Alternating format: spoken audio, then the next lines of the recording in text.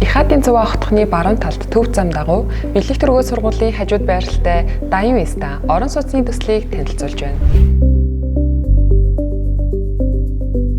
Энэхүү төсөл нь байршлын хувьд давуу талтай, сургууль болон үйлчлэгээний төвүүдэд ойр амьдрахад таатай орчин бүрдүүлсэн 2 блок бүхий 12 давхар нийт 88 айлын орон сууцны төсөл юм.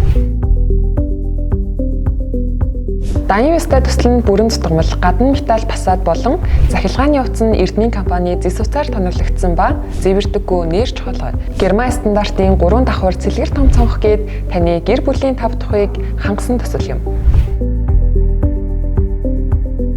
Dayun Vista төслийн 1-р блок нь 2027 оны 1-р улиралд бүрэн ашиглалтанд орох юм. Метр квадратын сонголтын хувь 50.4 метр квадратаас 6284 метр квадрат бүхий 2 өрөө, 6284 метр квадрат бүхий 3 өрөөний сонголтуудтай байгаа юм.